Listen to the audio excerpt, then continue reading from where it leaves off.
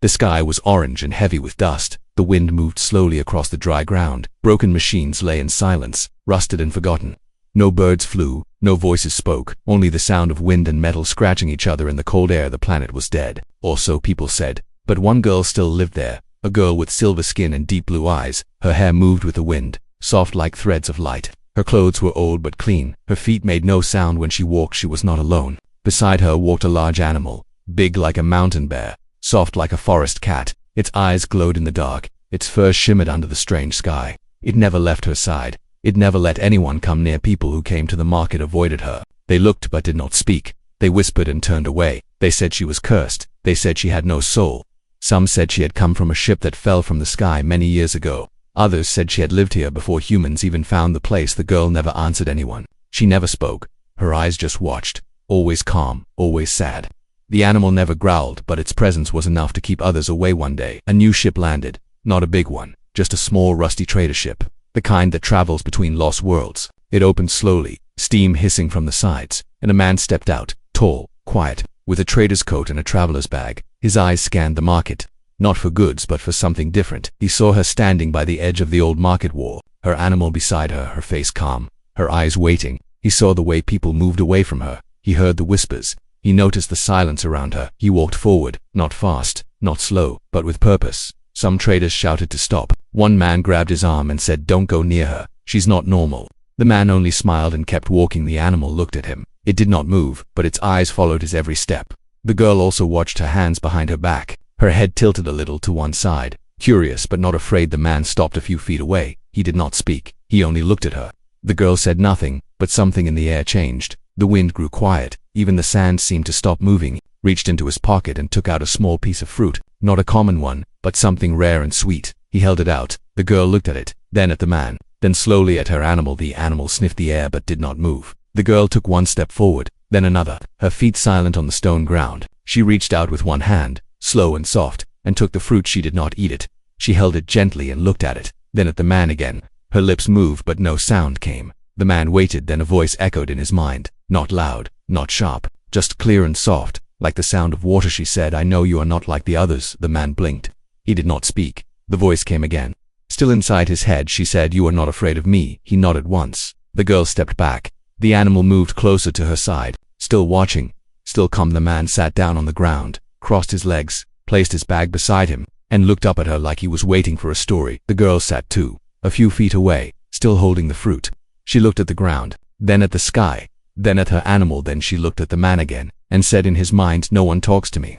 "Not since the day the sky burned?" the man asked, with his thoughts only. "What happened when the sky burned?" The girl looked away, her eyes full of something old and broken. She said, "They came from the stars and left me behind." The man asked, "Who left you?" She said, "My own people." The wind moved again, dust lifting around them, like the planet itself was listening. The market behind them was quiet. People watched from a distance. No one dared come close. The animal lay down beside the girl, its eyes still on the man, not angry, not scared, just aware. The man smiled and said in his mind, "Then maybe now you are not alone anymore." The girl blinked, the fruit still in her hand, her eyes wide and unsure for the first time in many years.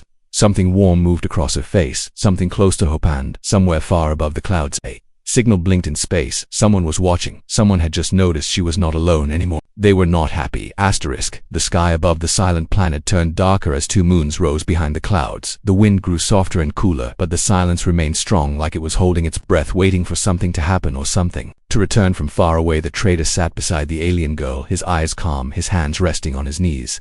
He had shared the rare fruit and received silence in return. Yet that silence spoke louder than words. It carried fear, sadness, and questions, buried too deep for time to erase. The animal beside the girl blinked slowly, its large body unmoving like a living statue built to guard something sacred, something forgotten. The wind moved through its thick fur, but it did not flinch. Its eyes stayed locked on the man, as if reading his thoughts one by one. The girl finally raised her head, her silver hair catching the pale light. Her voice did not come from her mouth, but from the space inside his mind, soft and echoing like a whisper in a cave. She said, "They gave me a name, but it was not mine." The man did not reply with words. He only looked at her, not with pity, not with fear, but with the same question that rested on his lips. Though he never asked it, "Who are you?" she heard the question anyway. Her fingers tightened around the fruit, and her eyes looked down again. She said, "I was born with no voice. They chose a sound and called it my name, but I never felt it was mine. I never felt real when they used it." She stood, slowly, her feet brushing the ground without sound. The animal stood with her as if connected by an invisible string. They moved toward a broken wall that held the painting of a starship burned and faded by time and wind. She said, "This was the ship that brought my people to this world. But they were not kind, they were not soft, like stories say. They wanted something hidden here. And when they found it, they broke everything, even each other." Man followed quietly, his mind trying to place the pieces together. The girl stopped near the wall and touched the cracked surface with her hand. Suddenly the painting glowed faintly and a hidden compartment opened behind the stone. Inside was a small cube, smooth and metallic, with a blue light blinking at its center. She took it in her hand and turned back toward the man, her voice again inside his thoughts. "This is the only thing they left behind for me. Not food, not family, not goodbye, just this one cube and a memory that was never mine." He stepped closer, not too close, just enough to see the cube clearly. He saw strange markings, like stars falling in reverse, and a symbol of a circle broken into 3 parts. He had seen that symbol once in an old archive, one that spoke of lost technology too powerful to trust. The girl said, "They thought I would die with it, but I lived, and so did the secret. The cube is locked with something only I have, but I do not know what it is." The animal made a soft sound, almost like a song, low and deep and full of sadness. The man looked into its eyes, and for a moment he felt something familiar, something human, something broken. He said in his thoughts, "Then maybe your real name is hidden inside this cube. Maybe your story begins from what they tried to erase." The girl blinked once, her eyes wide with surprise, as if the idea had never touched her before. She looked at the cube, then at the animal, then at the sky. Her voice came again, quieter now, like a breath inside a dream. "If that is true, then I want to know. I want to remember, even if it hurts." The trader placed one hand on his heart and nodded slowly. He said, "I will help you, but others will come once they hear the cube has been found, and they will not want you to remember." The girl said, "I am not afraid anymore. If I forget, I stay lost, but if I remember, I become something they cannot control." The animal turned toward the dark side of the valley, its ears twitching, its body tense. Something was coming. The wind carried a smell, not from this planet, not from anything natural. It was metal and heat and fuel and noise. The man looked at the girl and she nodded. Once he pulled out a small device from his coat, a beacon, and pressed it. A soft green light blinked in response.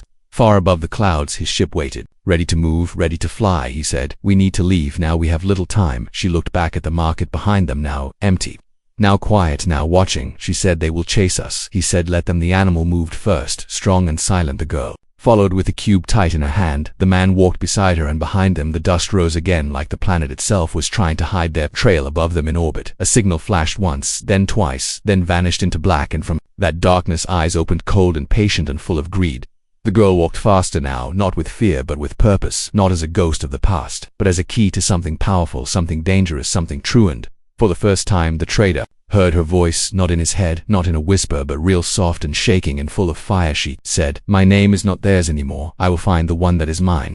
The ship moved through the sky like a whisper made of fire, its wings cutting clouds like soft cloths. The girl sat near the window, her hands holding the cube, her eyes watching the stars, but her mind far away in a place no light could reach. Beside her, the trader checked the controls, his face quiet but his heart heavy with thoughts. The animal rested near the door, large and still like a stone shaped by time, yet its eyes never closed, always listening, always waiting. The girl turned the cube slowly, watching the blue light blink again and again. It was soft but steady, like a heartbeat, like it was alive, like it was speaking in a language she almost remembered. The man walked to her side and sat down without saying a word. She looked at him and said inside his mind, "I hear something when I hold it, not sound, not words, just feelings, like rain, like fear, like voices behind walls." He nodded once and said, "Let it speak, do not fight it. Sometimes the truth speaks with no language, only memory, only pain." She closed her eyes and held the cube tighter, and in the darkness of her mind, something opened, like a door without a handle, a light without color, a sound without shape.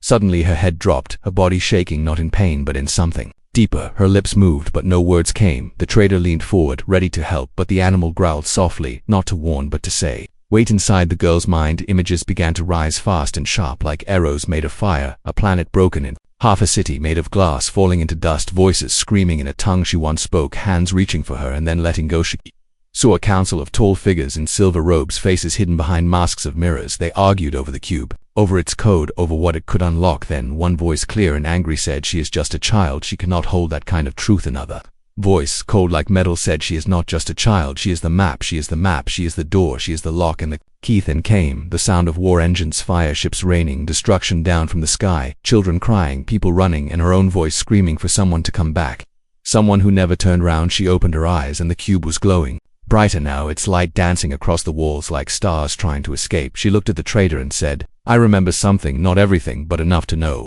This cube carries a warning, not a weapon, a message not for war but for peace. Trader asked who left the message, and she said I did, but not now, not as I am now, but from before, from a time when I was still part of them, still trusted, still believed they would never leave me. He asked, what does the message say? And she said, I do not know yet, but I know where it must go and who must hear it. The animal stood now, its ears high, its breath strong. Something was near, something watching from the black behind space, not close yet, but moving like a shadow without shape. The trader walked back to the screen and saw the signaler ship, not theirs, not friendly, not silent. It was reading their path, scanning their heat.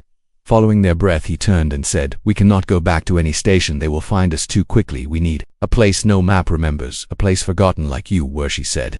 I know one, the place where my people took the cube from the beginning, the world they were not allowed to touch, the world that changed them. He entered the coordinates she gave, and the ship turned sharply, stars spinning like dancers out of control. The animal leaned against the wall to keep balance. The girl held the cube close and closed her eyes again. The message was inside her, but hidden behind fear, behind fire, behind betrayal. She knew it was not just a warning, it was a memory, something she had recorded before they erased her name, before they erased her purpose. The ship moved faster now, stars turning to lines, time stretching thin. The trader looked once at the girl and said, are you ready to remember everything? She answered, not yet, but I am ready to try. And then the cube spoke out loud for the first time, not in a human voice, not in an alien voice, but in both at once. It said, code accepted, identity match partial. System opening. First layer. Soft hum filled the cabin, and a beam of light shone from the cube up into the ceiling, showing a map not of stars, not of planets, but of minds. Connections, paths, histories hidden inside thoughts and dreams. The trader stared. In silence, the animal tilted its head as if understanding more than the words. The girl watched the map and said, this is what they feared. This is what they tried to hide. The ship moved into deep space, chasing a memory older than time itself, and behind them, a black ship with red lights followed, hungry, silent, full of ice. The cube dimmed again, but the message was not gone. It was just beginning to wake, and with it so was the girl. Asterisk. The ship moved faster than sound, faster than memory, faster than memory, faster than the things chasing it. The stars around became long white threads pulled by the speed of fear and hope together inside the ship. The girl sat near the glowing cube, her hands tight, her mind louder than the engines. The trader stood at the front, eyes locked on the scanner, hands ready for any change. Every light on the screen flashed.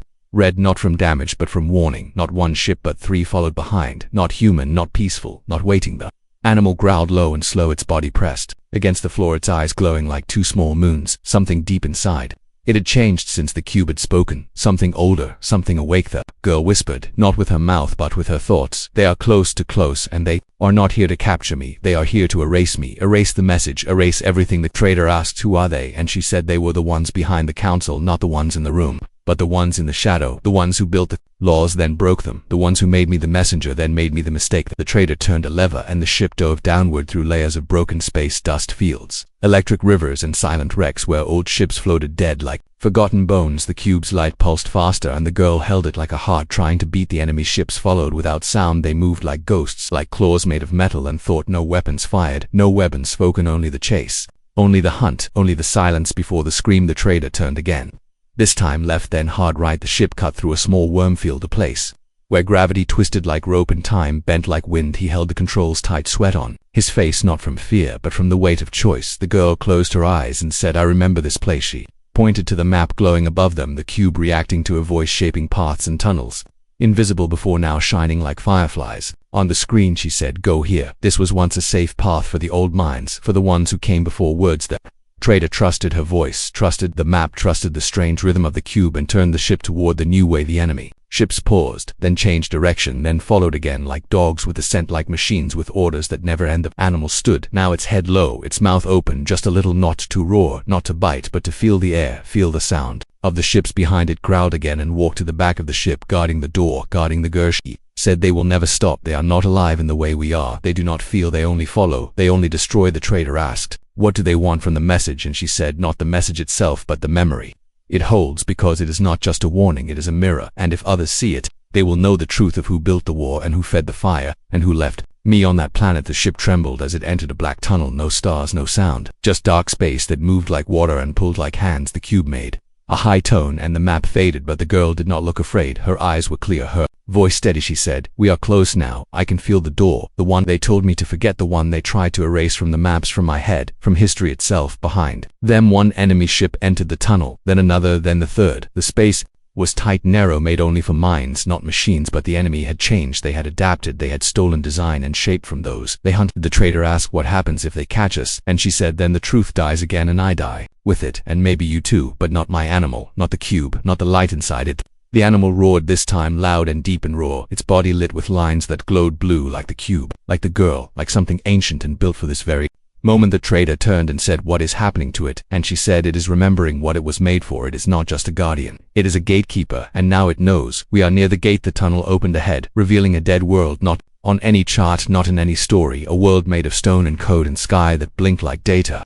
The cube stopped glowing and became silent but warm like a key near its lock. The trader prepared to land. The girl stood now, both hands on the cube, her eyes glowing just like the animal, her voice inside his mind one last time before they touched the surface. She said, this is the place where the message must rise and where the truth will burn the sky.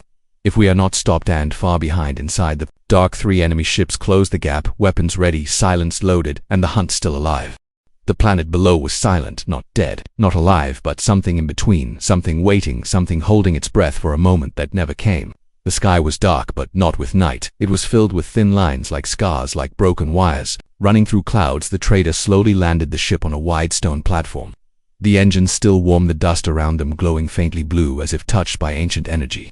The animal stepped out first, its body slow, its eyes focused on something beyond sight. Its feet did not leave prints, its breath created waves in the strange air. The girl followed, holding the cube in both hands, her face calm, but her heart beat heavy, her thoughts louder than wind, louder than memory, louder than fear. She looked at the mountains ahead, sharp and tall and hollow inside, not made by nature, not shaped by time, but built with purpose by minds that never slept. The trader walked behind, both eyes scanning the area, hand near his belt, not to draw a weapon, but to feel the weight of choice. Again and again he looked at the cube, at the girl, at the strange marks across the stone, and wondered if they were safe or already too late. The cube made a soft hum as they walked toward the mountain wall, a hum that changed with each step, like it was talking, like it was remembering, like it knew the path before they arrived and had been waiting all this time to be held. Again the girl looked up at a massive door hidden behind vines of silver and stone. She said, this is the gate, not just to a place, but to what I was before. They erased me before.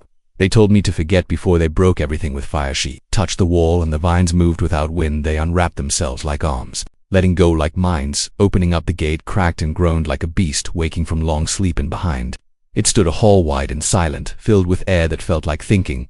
They stepped inside and the cube glowed brighter. The girl walked slower, her eyes blinking faster, her voice inside the trader's mind, softer like a child trying to remember a song she had only heard once long ago. She said, I lived here not alone, but not together either. I was trained to carry thought across stars, trained to protect what they feared most. The walls around them lit up with symbols and faces and fragments of voices, laughing, crying, calling out names not spoken in 1,000 years. The trader listened, but could not understand. The animal stopped and looked back, its eyes asking if this was the right place, if this was the right time. The girl nodded and said, this is where the message must be played, but not just the warning it holds, not just the memory it carries. It has something more, something hidden, something they did not expect me to carry, something not even I knew. She placed the cube on a tall stone in the center of the room, and the ground trembled, not with danger but with release, like the world had been holding it secret for too long and could finally breathe again. Light shot upward from the cube and formed a shape in the air, a younger version of the girl. Eyes wide, smile, bright voice strong. The recording spoke not to the girl, not to the trader, not to the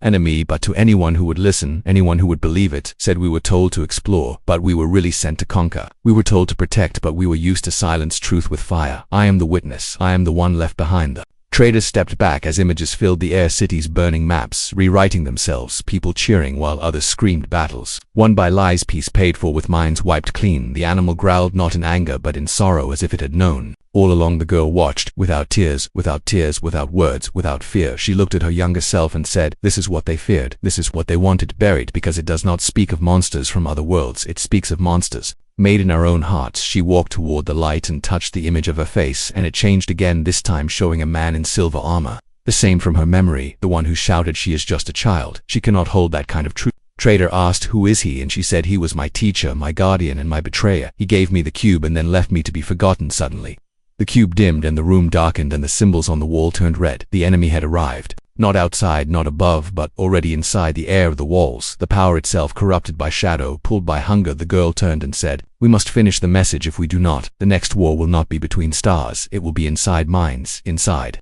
Homes inside families. The trader stepped forward and asked, how do we finish ITRC? Looked at the cube and said with truth, and then with memory, and finally with sacrifice, and her eyes glowed, and the animal howled, and the door behind them began. Too close as the light of truth prepared to fight the dark of silence. The door closed behind them with a sound that felt like a final breath, like an old truth being sealed inside one last time. But this time, they were not running, they were not hiding, they were standing inside something older than history, older than memory, and the cube in the center pulsed like a star, learning how to be born again. The girl stood near the glowing stone, her hands open, her face calm, her eyes locked on the cube like it held her name, her past, her every answer and every wound. The trader stayed, close but silent, not out of fear but out of respect. Something in the air told him this was not his moment, not his truth. The animal walked slowly to the edge of the light and stopped, its body still, its eyes burning, not with anger, not with pain, but with something more, something impossible to name, something that had no word in any language.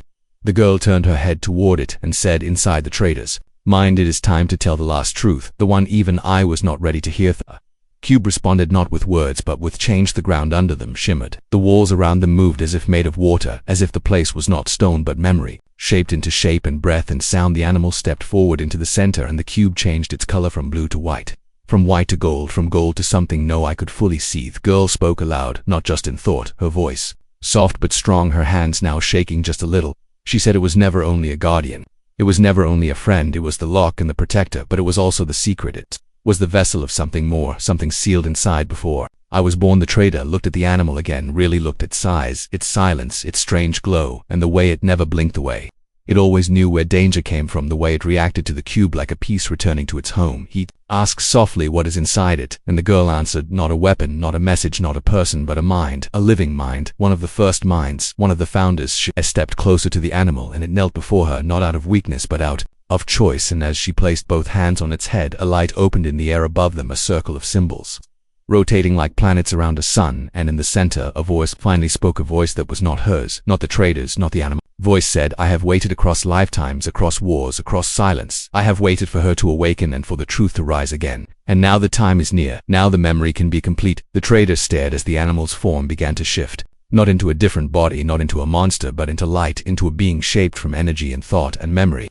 It still had the eyes, still had the breath, still had the loyalty, but now it also had a face, a shape from long ago, a figure once known as a builder, once known as a guide. The girl stepped back and tears formed in her eyes, not of fear but of recognition, and the voice said, you knew me once when your mind was new, when your soul was still forming. You were chosen not by counsel, not by command, but by truth and love, and now I am here to complete the choice. The light moved toward the cube and flowed into it like water returning to its source, and the cube glowed brighter than ever, the message growing, the story unfolding. Now with its final part, now with the last voice finally found, the girl turned to the trader and said, the enemy does not just want to stop the truth, it wants to use the empty cube. It wants to replace the message with something false, something broken, something that burns without light and kills without sound. The trader asked, what happens now? And the girl said, we connect the cube to the last gate and let the full memory fly across the stars into every system, into every screen, into every dream set. The ground shook not from inside but from above. The enemy had found the mountain, it had broken the old lock, it was coming with machines and fear and silence and shadow.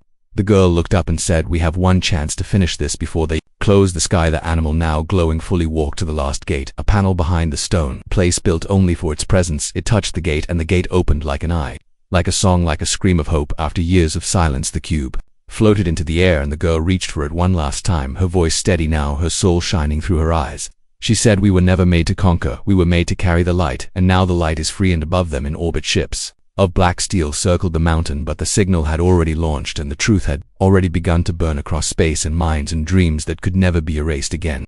The light moved faster than time, faster than ships, faster than lies. It broke through stars and screens and systems.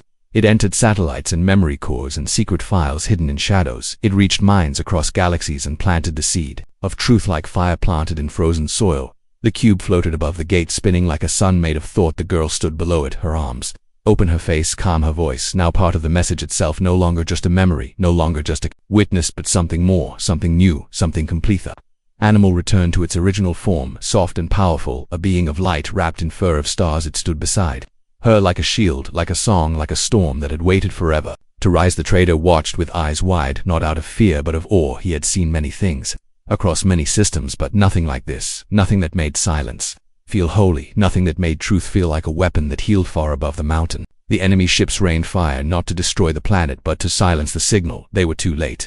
The truth had already escaped and no fire could catch it, no weapon could break it, no hand could erase what had already been seen. The girl looked at the sky and saw not fire but light, not enemies but echoes, not danger but decision. She turned to the traitor and said, "They will keep coming, not for me but for those who now know the truth. They will try to twist it, they will try to bury it, but it is already inside too many minds." He asked what happens now and she said, "Now we choose, now we do not run, now we stand and speak and hold the truth like fire in our hands, like stars in our voice, like home in our eyes." The ground shook again, but not from fear this time. It was from something beneath, something waking, something older than war, older than lies, older than lies, older than memory itself. The platform beneath the cube opened and from it rose a structure made of crystal and metal and sound. It sang. Without music it glowed, without light it spoke, without words it said, "This is the source. This is the key. This is what she was always meant to find." The girl stepped forward and placed her hand on the crystal and it responded like it had been waiting, like it knew her name before she ever did, like it had always been part of her. The sky above cracked with fire as enemy ships